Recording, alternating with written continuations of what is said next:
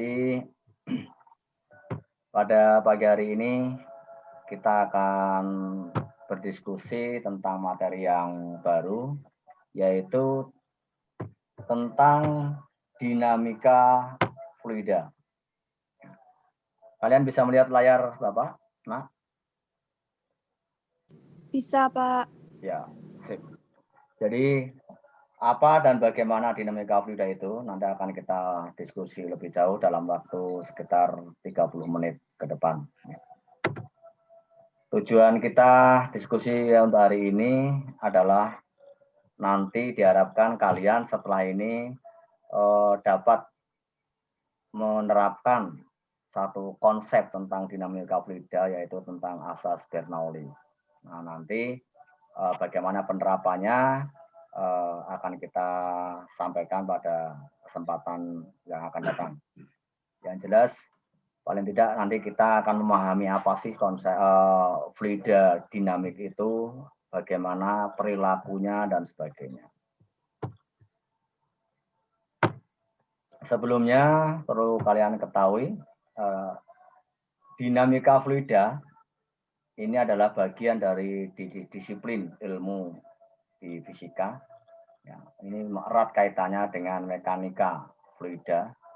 Ya, tetapi yang kita tinjau di sini adalah fluida dalam keadaan bergerak. Kalau pertemuan-pertemuan yang sudah seperti hukum Archimedes, hukum Pascal, ya, tekanan hidrostatis, itu semua fluida dalam keadaan diam. Nah, saat ini kita nanti akan mulai masuk pada fluida dalam keadaan bergerak. Dan cakupannya lebih luas.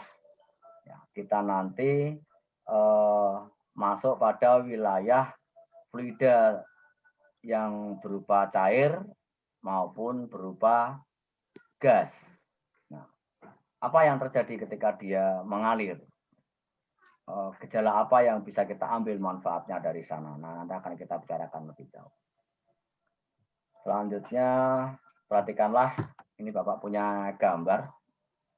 Mbak Putri Nurholisa, bisa mendengar suara Bapak? Iya Pak. Ya. Bisa Coba, Pak. kalau kalian melihat, kalau Mbak Putri melihat gambar ini, apa yang ada di benak Mbak Putri? Air memancar jauh ketika selang ditutup sebagian. Air memancar jauh ketika selang ditutup sebagian. Bagus. Bagaimana menurut Mas Ilham? Sama Pak. Oh sama, ya. Karena baik. diameternya itu ditutup. Ya, karena diameternya diperkecil begitu ya. Ditutup. Nah, pertanyaannya adalah mengapa ini terjadi? Ya. Kira-kira menurut Mas Chandra, mengapa Mas kira-kira? Kok bisa seperti itu? Ketika ditutup, pancarannya bisa menjadi lebih jauh. Mas Chandra? Belum tahu. Mungkin bisa nebak-nebak gitu nggak apa-apa? Coba saya pengen tanya Mbak Widya. Ya, tidak harus benar, tapi menurut Mbak Widya, ini mengapa kok ketika ini kita pencet, airnya bisa memancar lebih jauh?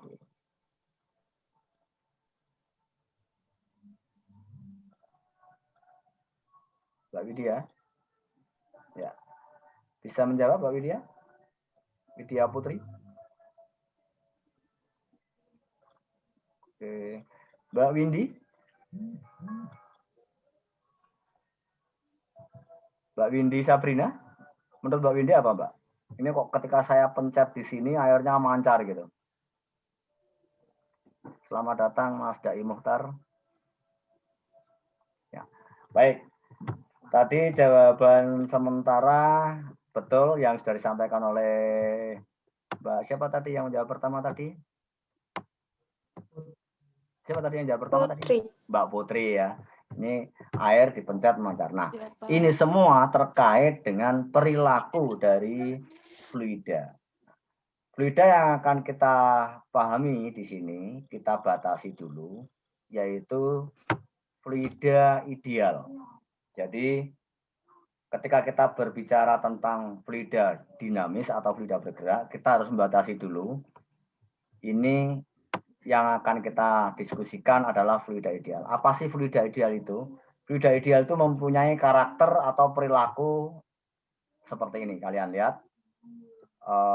Mungkin Bapak akan tayangkan ya biar kelihatan gede ya.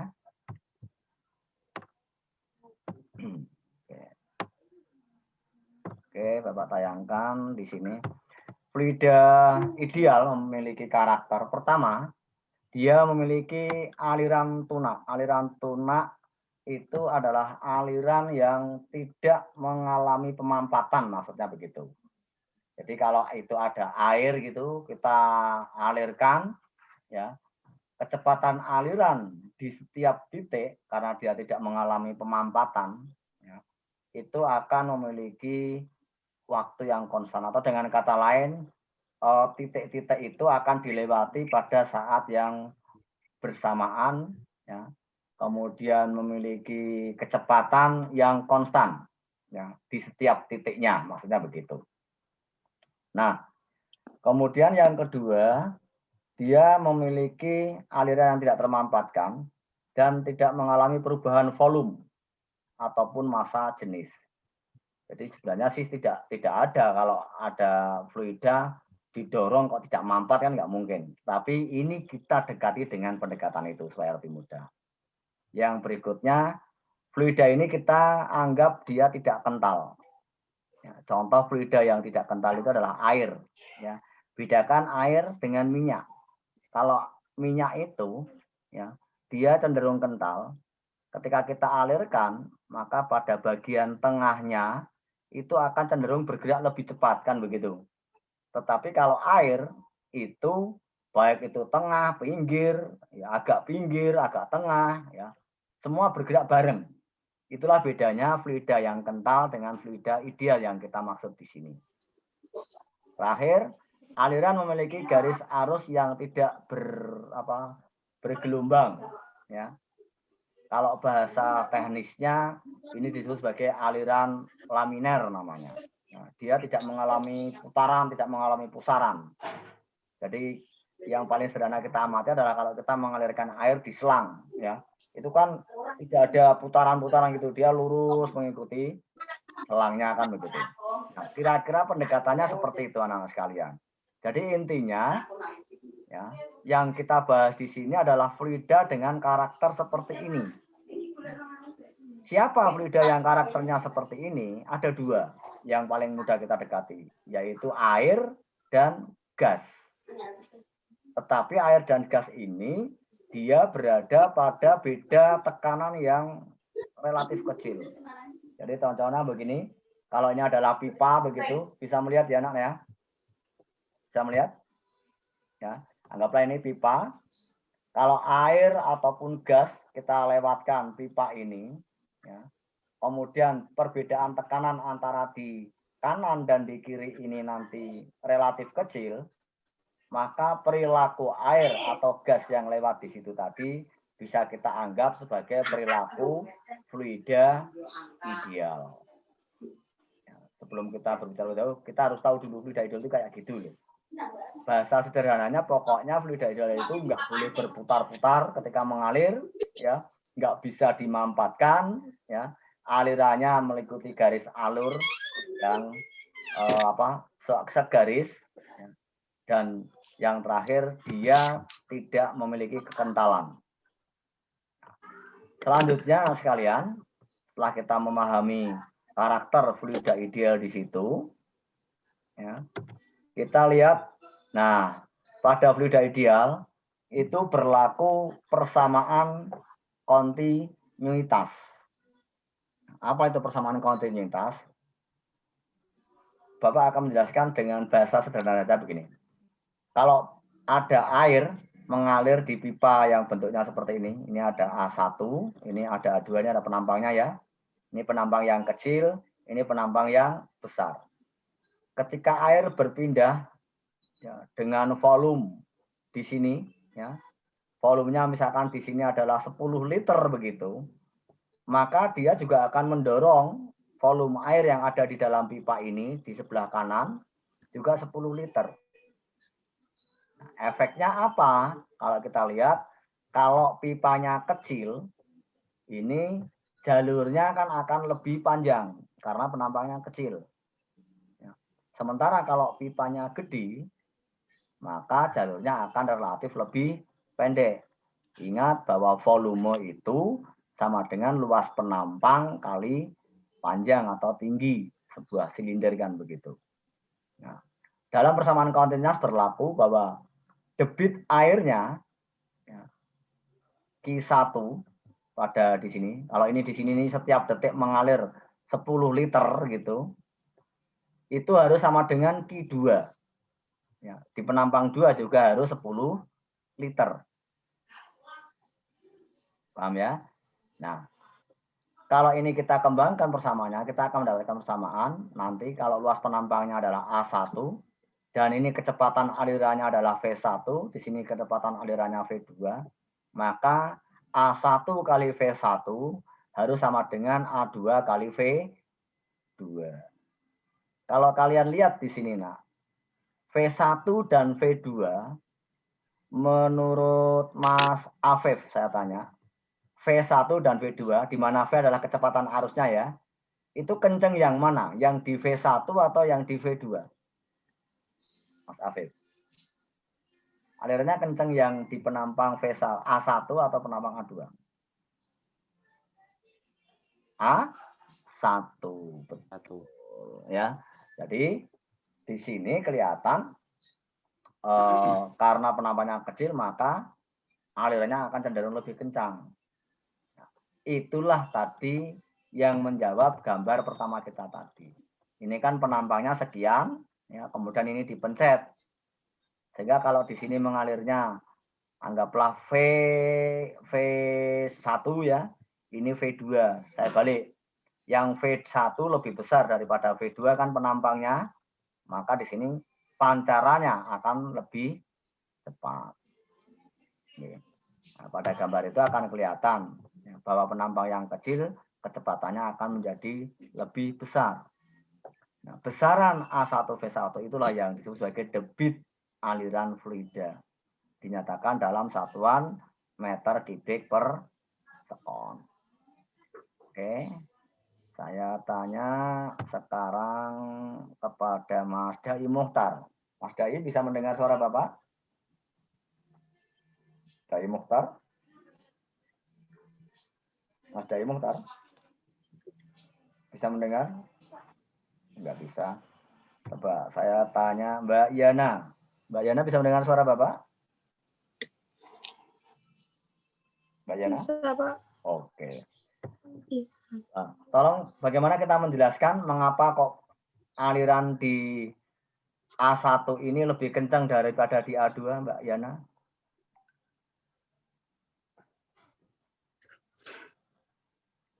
Nah. Susah Pak jelasinnya. Susah, tapi tahu maksudnya? Tahu. Tahu. Jadi kata kuncinya di apa, Nak? Di volumenya. Ya kan? Karena volumenya harus sama, ya kan? Kalau penampangnya kecil, maka panjang lintasannya semakin besar. Paham ya? Jadi lintasnya semakin besar. Kalau lintasan semakin besar kan kalau waktunya sama kan harus harus lebih kenceng gitu. Baik, kita lanjutkan Nak ya. Yaitu pada konsep kunci di sini Nak, yaitu tentang asas Bernoulli. Jadi asas Bernoulli ini Nak, ini menjelaskan bagaimana tekanan mempengaruhi aliran pada fluida. Kita lihat di sini, misalkan sebuah pipa, ya, sebuah pipa. Ini pipa yang kecil penampangnya, dan ini yang bagian kedua penampangnya lebih besar. Ini Bapak buat bentuk seperti ini dengan ketinggian yang berbeda. Ini H1, ini H2.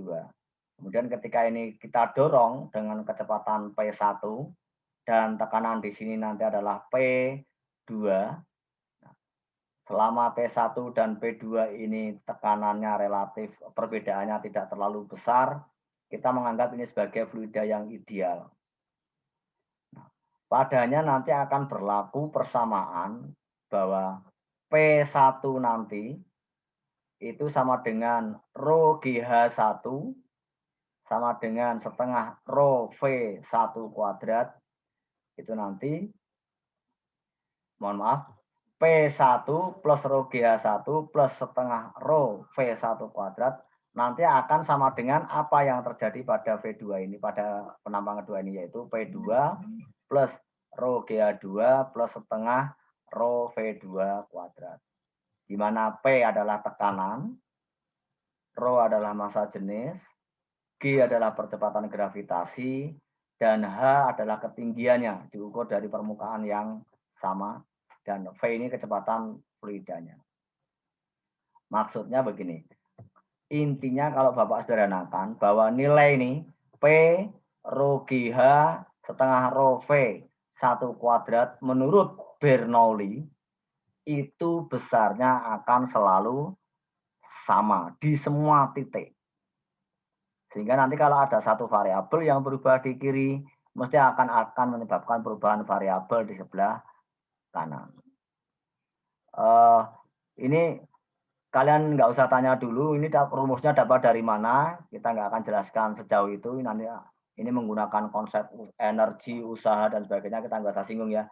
Yang penting ini kamu terima dulu saja, bahwa nilai P, rho GH1 plus setengah rho V1 kuadrat, itu di semua titik pada sepanjang pipa, ya, apapun bentuknya, itu selama yang mengalir adalah fluida ideal, besarnya selalu konstan. Nah, penerapan yang paling mudah sekalian adalah ini. Nah, jadi dari tadi kita main-main air, ya, sekarang masuk ke yang lebih canggih. Yang paling sering diterapkan itu adalah pada bagaimana pesawat terbang itu bisa melayang. Mudah-mudahan kalian pernah nonton bagaimana pesawat terbang itu take off. Ya.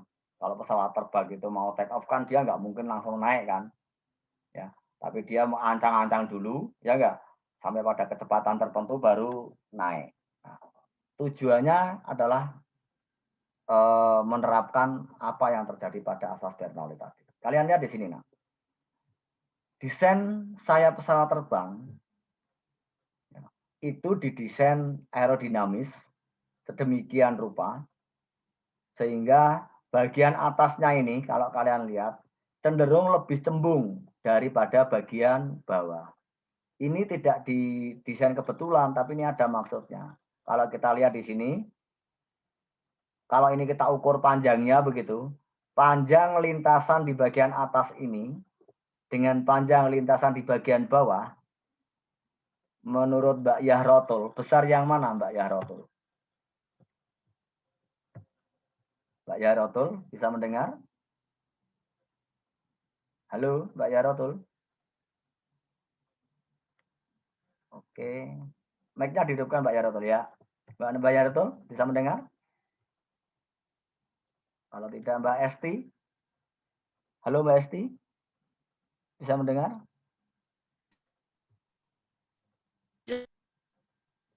Ya, mic-nya dihidupkan, mic-nya dihidupkan. Oke, Mbak Carisa. Pak, bisa Oh, bisa. Bisa mendengar ya. Nah, menurut Mbak Esti, ini panjang lintasan yang di atas dengan yang di bawah besar yang mana? Panjang lintasannya. Yang bawah mungkin. Yang bawah. Masa sih? Ini kan lebih cembung kan ini? Ya, kalau kita jalan ini kan sana, sana, sana. Jangan sementara yang bawah ini kan lebih datar. Bayangkan saja kamu jalan belok gitu, sama jalan datar gitu. Panjang mana lintasannya? Kalau kita jalan dari sini sampai sini. Yang atas apa yang bawah? Yang atas, ya kan? Itu ada tujuannya. Tujuannya adalah, nah ini, kita memanfaatkan karakter fluida ideal tadi. Jadi fluida ideal itu ketika dia mengalir, alirannya akan mengikuti permukaan ini, nah, ya, permukaan bidang ini. Jadi kalau kita lihat aliran udara yang di atas dengan yang di bawah itu menempuh jarak yang lebih jauh pada bagian atas. Tetapi ibaratnya sampai di ujung di sini harus sama. Bayangkan begini, datang bersama-sama, lepas juga harus bersama-sama. Tetapi lintasan yang di atas lebih besar. Efeknya apa? Kecepatan di V1 dan di V2 atau kecepatan yang di atas ini dengan yang di bawah harusnya besar mana? Supaya sampainya bareng di sini. Mas Afif, bayangkan gini, Mas Afif sama Mas Chandra, ya, berangkat dari sini bareng, paham? Nah, Mas Afif sama Mas Chandra, tolong dilihat. Kemudian kalian berjalan janjian bareng dari sini sampai sini harus bareng juga. Nah, supaya sampainya bareng, anggaplah Mas Afif lewat jalur V2, Mas Chandra lewat jalur V1. Mana yang harus berjalan lebih cepat? Mas Afif atau Mas Chandra? Afif. Afif, karena dia jalannya lebih jauh supaya bareng kan. Nah, efek perjalanan yang lebih cepat tadi itu akan mempengaruhi tekanan yang terjadi. Tekanannya adalah bahwa nanti tekanan yang ke atas dengan itu akan cenderung lebih besar daripada tekanan yang ke bawah. Ya, tekanan naiknya ya itu akan lebih kuat daripada tekanan turunan. Inilah yang menyebabkan pesawat tadi bisa naik. Nah, kalau nanti kita kembangkan dari persamaan Bernoulli yang di sini tadi, kita nanti akan mendapatkan persamaan ini, yaitu gaya angkat pesawat. Karena gaya adalah F per A, kalau kita kembangkan, maka F-nya adalah setengah rho V1 kuadrat min V2 kuadrat. Ya. Selisih inilah nanti yang akan mempengaruhi besarnya gaya angkat pesawat. Nah, itulah sebabnya mengapa pesawat harus ancang-ancang. Targetnya itu hanya ini sebenarnya. Goalnya adalah mencapai ini. Agar selisih ini mampu mengakibatkan gaya ini ke atas. Sampai di sini dulu anak sekalian. Ya. Jadi kita sudah belajar 3 hal hari ini. Yang pertama, apa itu fluida ideal? Ya. Kemudian yang kedua, kita sudah belajar tentang persamaan kontinuitas. Yang ketiga adalah hukum atau asas Bernoulli. Sedangkan ini adalah aplikasinya saja. Nah, sebenarnya kalau waktu kita masih cukup, ini nanti akan kita bisa kembangkan. Mengapa? Bagaimana kalau alirannya tidak seperti ini? Misalkan alirannya berputar, nah. Kalian pernah mendengar kan ada pesawat mengalami jatuh karena turbulen. Kalau nanti aliran itu berputar, nak, pesawat itu tidak akan bisa terbang dengan tenang. Karena di sini ada putaran, ya. Tekanan yang tidak stabil di sini yang menyebabkan pesawat mengalami apa yang disebut sebagai turbulen. Nah, turbulen ini pada kondisi-kondisi tertentu sangat berbahaya. Ya, dia bisa menyebabkan pesawat itu jatuh, ya. Seperti nggak ada hujan, nggak ada angin, tahu-tahu anjlok gitu. Nah, kalau ini pilotnya tidak handal, ini bisa sangat fatal akibatnya. Itu salah satu contohnya sekalian. Dan masih banyak lagi nanti bisa kalian kembangkan bisa kalian kembangkan untuk mencari apa saja sih yang terkait dengan asas Bernoulli ini. Silakan dibuka bukunya, bisa buka dari sumber-sumber yang lain. Sebelum Bapak akhiri, mungkin ada yang ingin ditanyakan anak sekalian terkait dengan asas Bernoulli ini dan mungkin terkait dengan apa yang terjadi di sekitarmu terkait dengan asas Bernoulli. Silakan, saya beri kesempatan. Mbak Yana, kelihatannya masih bingung gimana Mbak Yana?